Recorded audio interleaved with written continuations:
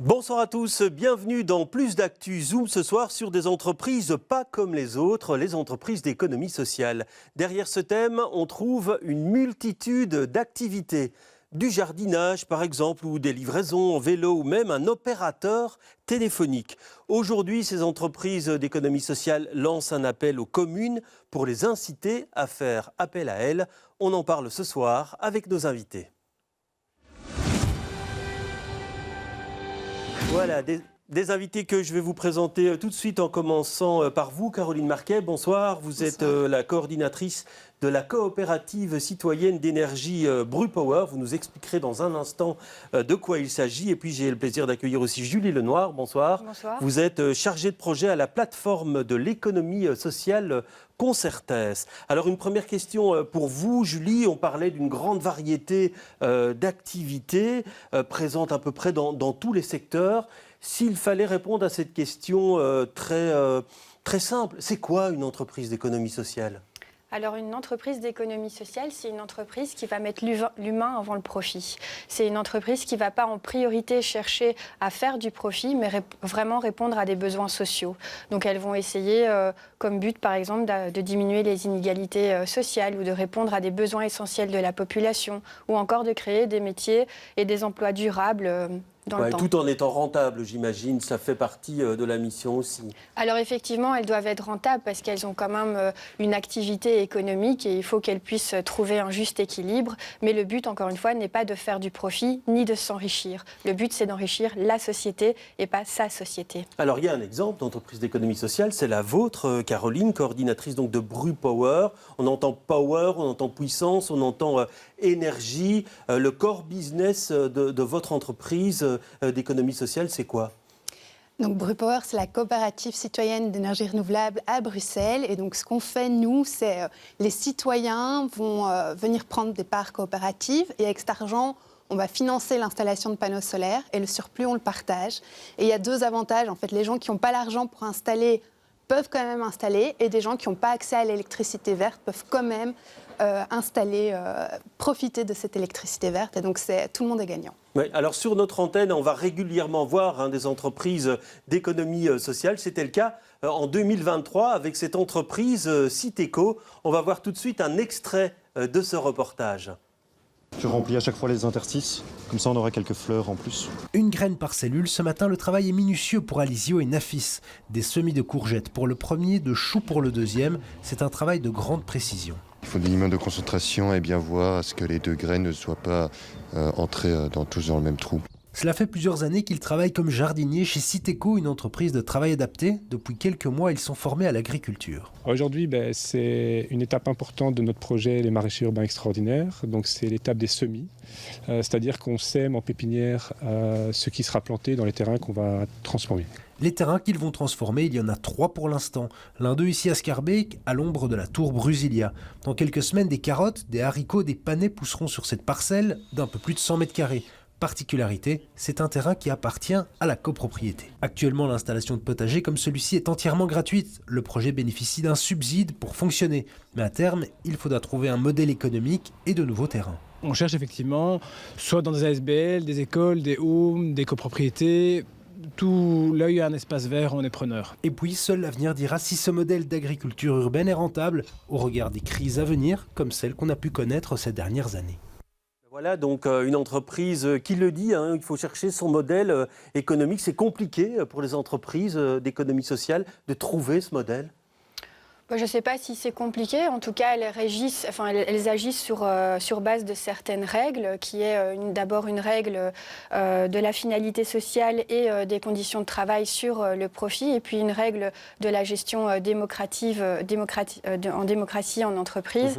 Est-ce que pour autant c'est difficile ? Non, je pense que ce sont des règles qu'elles s'appliquent et auxquelles elles croient et elles montent leur business sur cette base. Oui, alors chez Brupower, vous l'avez trouvé, le seuil de rentabilité aujourd'hui ? Ça fait 2 ans que l'entreprise existe. Vous en êtes où aujourd'hui ? Donc pour le moment, on n'est pas encore rentable, mais d'ici 1 ou 2 ans, c'est quand même le but en effet de pouvoir voler aussi de nos propres ailes et de pouvoir que tout ça tourne bien. Et j'aimerais rebondir sur ce que Julie disait. En fait, il y a aussi un côté challengeant de se dire de pouvoir jouer avec les règles du jeu, de ne pas faire du profit et quand même de mettre l'humain au centre. Et donc, oui, parce que des entreprises qui utilisent, qui installent des panneaux solaires ou même avec le tiers investisseur, il y en a d'autres en région bruxelloise. Quelle est votre spécificité? Qu'est-ce que vous vendez finalement à vos clients potentiels? Déjà, on est les seuls qui sont vraiment de l'économie sociale. Et donc, je pense que c'est important aussi parce que pendant la crise énergétique, beaucoup d'entreprises ont fait du surprofit. Et les coopératives d'énergie en Wallonie et en Flandre sont les seules qui, en fait, avec ce surprofit, ont décidé de diminuer le prix. Et donc ça, c'est important de se dire, en fait, quand le surprofit sert à tout le monde, comme Julie l'a dit, ça peut faire la différence. Ouais. Alors, en région bruxelloise, vous dites qu'il y a 90 000 emplois. Et on le disait, c'est des activités les plus diverses. Il y a vraiment un panel d'activités. C'est difficile à résumer, en fait, toutes les activités. Oui, c'est vrai que c'est assez difficile. Généralement, on définit l'économie sociale sur base de ces principes, mais il y a peut-être une autre porte d'entrée pour essayer de définir l'économie sociale. C'est sur base des formes juridiques des entreprises. Et ça, c'est un périmètre plus statistique. Mais donc, quand on va essayer de quantifier l'économie sociale, on va compter les ASBL employeuses, les coopératives agréées, les fondations et les mutuelles. Et donc, évidemment, toutes ces entreprises sont actives dans plein de secteurs différents. Il est vraiment possible de vivre d'économie sociale, prendre un café, déguster un café d'économie sociale, travailler économie sociale, téléphoner économie sociale. Enfin, voilà, c'est très varié. Oui, et le plus compliqué sur vous, c'est finalement être crédible ou en tout cas vous faire connaître. C'est quoi les plus grands enjeux pour vous aujourd'hui? Il y a un vrai enjeu de se faire connaître. Parce qu'en effet, par rapport à une entreprise commerciale, on n'a peut-être pas les mêmes équipes derrière. Et donc, oui, c'est de se faire connaître, de montrer que finalement, en tant qu'entreprise de l'économie sociale, on peut faire des belles choses et qu'on tient sur la durée. Oui, alors pas plus tard que cette semaine, vous avez inauguré une installation oui. il y a quelques jours chez Douche Flux. On va voir quelques images. Là, c'est l'installation des panneaux solaires. Alors là, c'est quoi? C'est l'ASBL qui est venue vers vous. Comment ça s'est passé? Oui, c'est tout à fait ça. Donc ici, on est dans le cadre d'une ASBL qui n'avait pas nécessairement les moyens d'installer eux-mêmes les panneaux. Et pourtant, qu'il y avait une facture énergétique assez élevée. Et donc, on a installé... Tous les membres de la coopérative, du coup, ont participé à cette installation. C'était gratuit pour la ASBL. On leur refacture l'énergie moins chère. Et donc maintenant, cette énergie, en fait, sert à alimenter tout ce qui est machine à laver, séchoir. Et donc, et votre rentabilité, vous la trouvez où dans un projet comme celui-ci? Donc nous, en fait, on va refacturer l'électricité. Et donc, c'est comme ça qu'on se rémunère aussi, mais elle reste moins chère que les fournisseurs classiques. Oui. Alors, vous avez lancé un appel aux communes, un appel tout récent aux communes à Concertès. Pourquoi? C'est vraiment des clients potentiels très importants, les communes? Je ne dirais pas des clients, mais en tout cas des partenaires clés. C'est un fait. Donc on a vraiment un problème de visibilité au niveau de l'économie sociale, comme Caroline le disait. Et donc déjà, notre premier enjeu, c'est de nous faire connaître au sein des communes, en tout cas via les échevins, et de dire que voilà, l'économie sociale, elle existe. Et finalement, c'est un partenaire clé finalement dans le développement territorial de ces communes. Et donc voilà, pour plusieurs raisons, finalement, l'économie sociale peut aider finalement au développement des communes. Et les communes ont plusieurs moyens d'action pour soutenir le développement ou la création d'entreprises d'économie sociale. Oui, on va y venir à ces moyens d'action. Vous avez déjà travaillé avec certaines communes de la région bruxelloise. Comment ça s'est passé? Oui, donc on a 2 projets presque finis avec la commune de Saint-Gilles qui a mis à disposition des toitures communales qui en fait étaient vides et ils ont demandé à la coopérative via un marché public d'installer des panneaux, de pouvoir consommer l'électricité de ces panneaux et en fait au niveau de Saint-Gilles de redistribuer l'excédent. Et on a un autre plus petit projet avec la commune d'Ixelles sur un quartier durable et on aimerait bien que les autres communes suivent. Ouais, et à ce moment-là, vous intervenez comme une autre entreprise dans un appel, dans un marché public qui est lancé. Vous répondez à un marché public, en fait.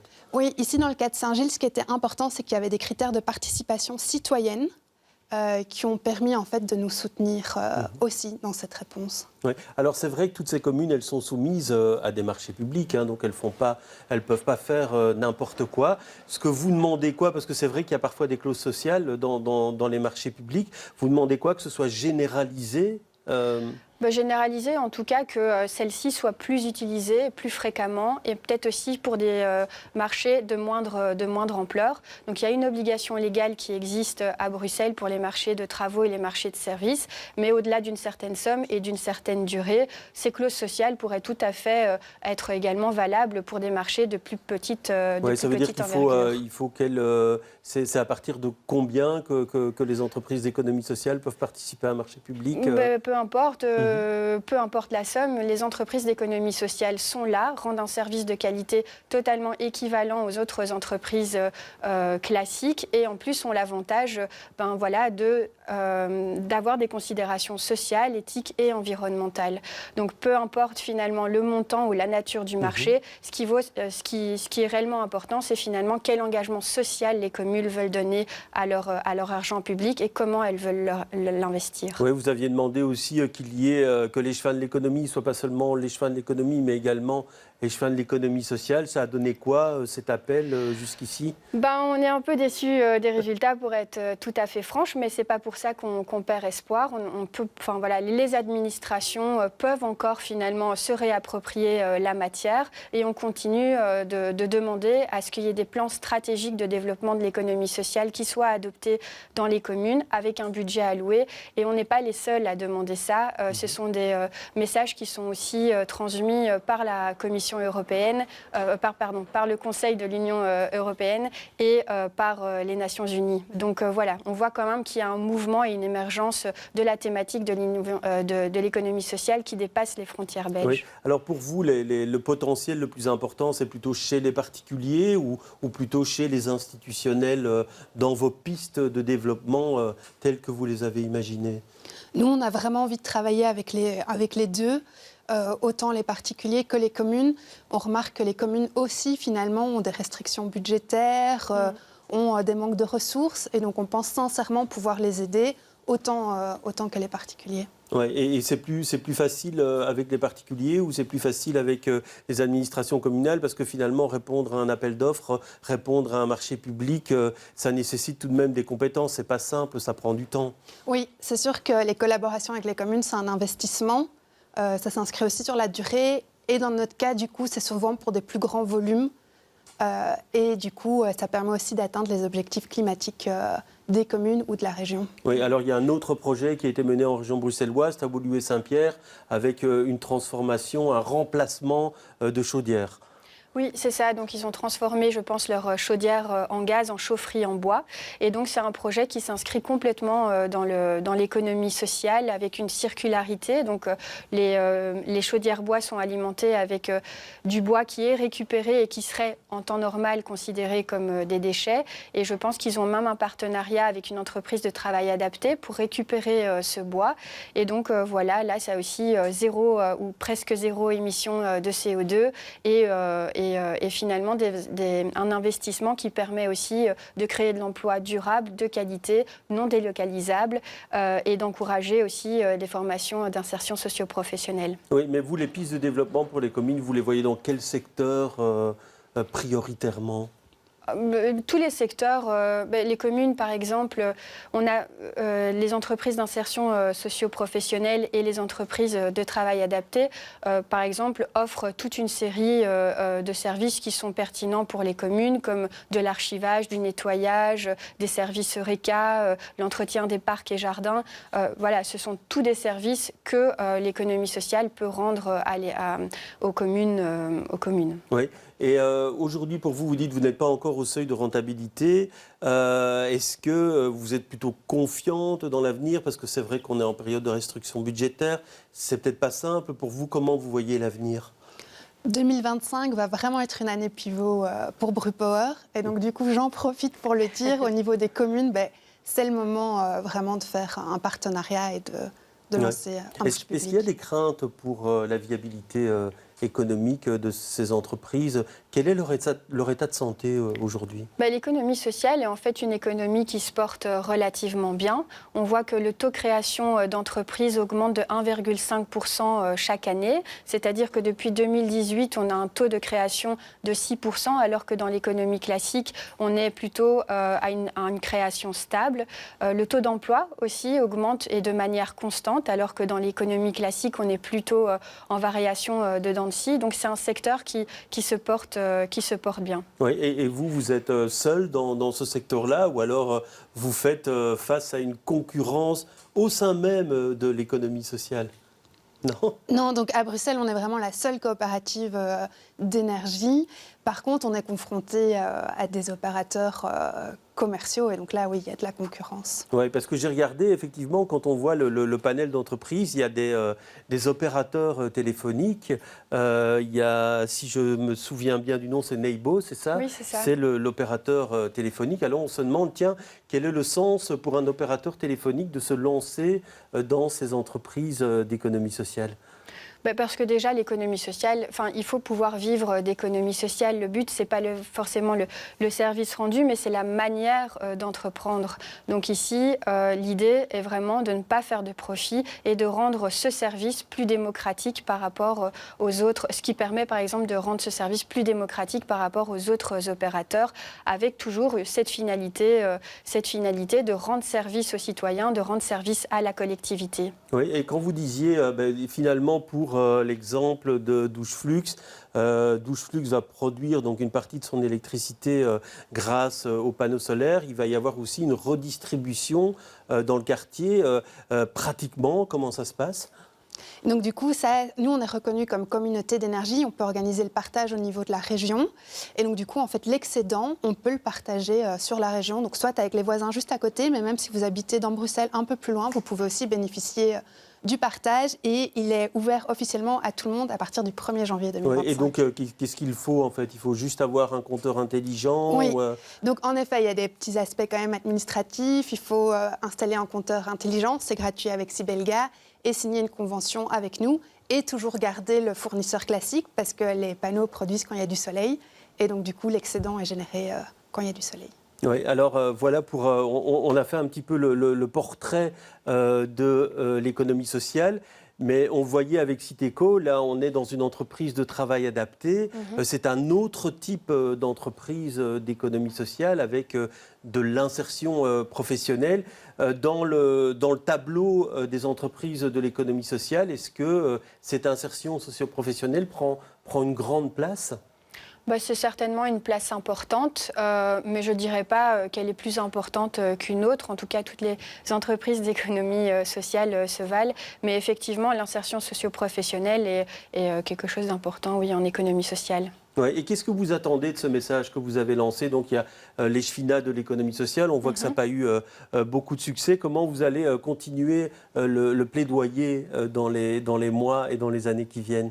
Eh bien, on a sorti une brochure qui s'appelle l'économie sociale tout bénef pour ma commune, qui a pour but d'informer et de sensibiliser les communes et les mandataires politiques à l'économie sociale, les informer sur ce que c'est l'économie sociale, parce que bien souvent, en fait, les gens ne connaissent pas l'économie sociale ou ne la connaissent pas bien.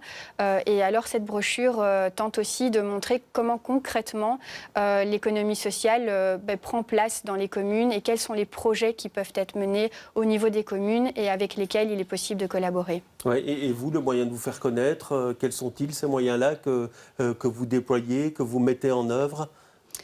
Je pense qu'on peut s'améliorer là-dessus, mais donc on est présent sur les réseaux sociaux, on a refait notre site web. Et on aime beaucoup travailler avec Concertès et d'autres acteurs de l'économie sociale. Et en fait, de se soutenir les uns les autres aussi, ça aide, ouais. ça aide beaucoup. Mais si j'ai bien compris, dans les entreprises d'économie sociale, il y a une partie d'emplois qui peuvent être subsidiés, si j'ai bien compris. Ça peut exister. Est-ce que vous êtes parfois accusé de concurrence déloyale? Est-ce que ça peut arriver de la part de certains de vos concurrents? C'est vrai que ce sont des échos qui parfois arrivent à nos oreilles et c'est particulièrement le cas par exemple pour les entreprises de travail adapté qui, elles, reçoivent un soutien de l'État pour combler finalement le manque de productivité qu'elles ont parce que le but de ces entreprises entreprise de travail adapté, c'est quoi? C'est de mettre à l'emploi des personnes qui, sans cette entreprise, n'auraient pas d'emploi. C'est de mettre à l'emploi des personnes en situation de handicap. Et ça demande quoi? Ça demande des tâches qui sont adaptées à chaque personne, un environnement qui est adapté, aussi un accompagnement particulier. Et donc, vous vous rendez bien compte qu'en termes de productivité, on n'est peut-être pas sur un même pied d'égalité qu'une autre entreprise qui aurait une grande machine et qui aurait un rendement beaucoup plus rapide. Donc, ces aides de l'État sont là pour compenser le manque de productivité. Et donc, non, je ne pense pas que ce soit une concurrence déloyale comme on pourrait entendre. C'est l'État qui vient en soutien à des entreprises qui cherchent l'intérêt général. A contrario, on a d'autres entreprises plus classiques qui, elles, aussi ont des cadeaux de l'État via des cadeaux fiscaux, etc., mais qui produisent aussi plein d'externalités négatives sur l'environnement, sur le social. Donc, là, maintenant, c'est un choix qu'il faut se poser. Est-ce qu'on préfère que l'argent aille à des entreprises qui ont des finalités sociales et qui veulent vraiment rendre un monde plus juste et plus humain, ou est-ce qu'on veut les donner à des entreprises qui, elles, n'ont pas forcément pensé aux externalités qu'elles pouvaient produire? Oui, pour vous, concurrence déloyale, est-ce que c'est quelque chose que vous avez déjà entendu? Enfin, je ne sais pas si vous avez des subsides pour votre activité, et si vous l'avez entendu, que répondez-vous? Oui, on ne l'a pas encore entendu, mais je crois qu'on est encore trop petit et qu'on ne fait pas assez peur. Mais peut-être qu'un jour, en effet, nous, on a des subsides de lancement. Donc, juste sur certaines années, après, c'est le but qu'on soit rentable et qu'on vive nous-mêmes. Et moi, ce que j'aurais vraiment envie de répondre, c'est dans la même lignée que Julie, c'est que ça va vraiment venir servir la société et on a besoin de ce petit coup de pouce aussi au début. Et sinon, en fait, ce genre d'initiative ne peut pas être créé. Et on œuvre quand même au changement ici pour un monde meilleur. Donc, oui. Alors c'est vrai que vous nous dressez un portrait plutôt vertueux du fonctionnement des entreprises sociales, mais on le voit, certaines quand elles sont confrontées à des difficultés, elles ne peuvent pas éviter non plus les plans sociaux. On le voit pour l'instant avec les petits riens, par exemple, qui sont où il y a un conflit social par rapport à certaines pertes. Et là, est-ce qu'il y a vraiment une manière, en cas de conflit social, est-ce qu'il y a vraiment une gestion de crise différente, selon vous? Une gestion de crise, en tout cas, on essaye d'être le plus humain et le plus juste dans la façon de gérer ces crises. Ici, dans le cas des petits riens, je pense que les choses ont été... en tout cas, on a essayé, la direction des petits riens a essayé de faire les choses le plus justement possible. Il y a une concertation sociale en amont et une concertation qui continue encore. Je pense maintenant, il faut aussi remettre ça dans le contexte des faillites, des crises, des licenciements. Il y en a partout. Et malheureusement, il y en a en économie sociale. On essaye de l'éviter un maximum. Une des priorités d'une majorité d'entreprises d'économie sociale, c'est de maintenir l'emploi. Mais là, il en allait vraiment de la survie des petits riens qui étaient déjà en difficulté depuis quelques années.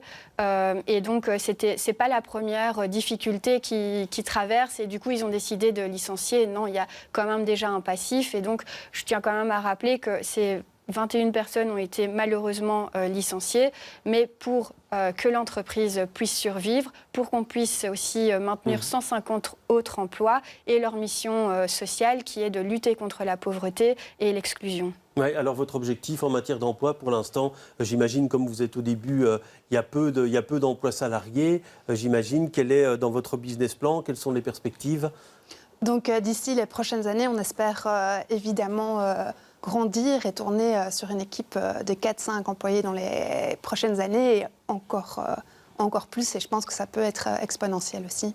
Écoutez, merci en tout cas d'être venu sur le plateau. Et puis, le message est lancé donc aux responsables politiques pourquoi pas attribuer une compétence d'échevin de l'économie sociale et faire appel au service de cette économie sociale. Merci d'avoir été des nôtres. Merci. Plus d'actu, c'est terminé pour ce soir. Demain, vous allez retrouver Michel Gaillard pour un plus d'actu politique. Très bonne soirée à tous.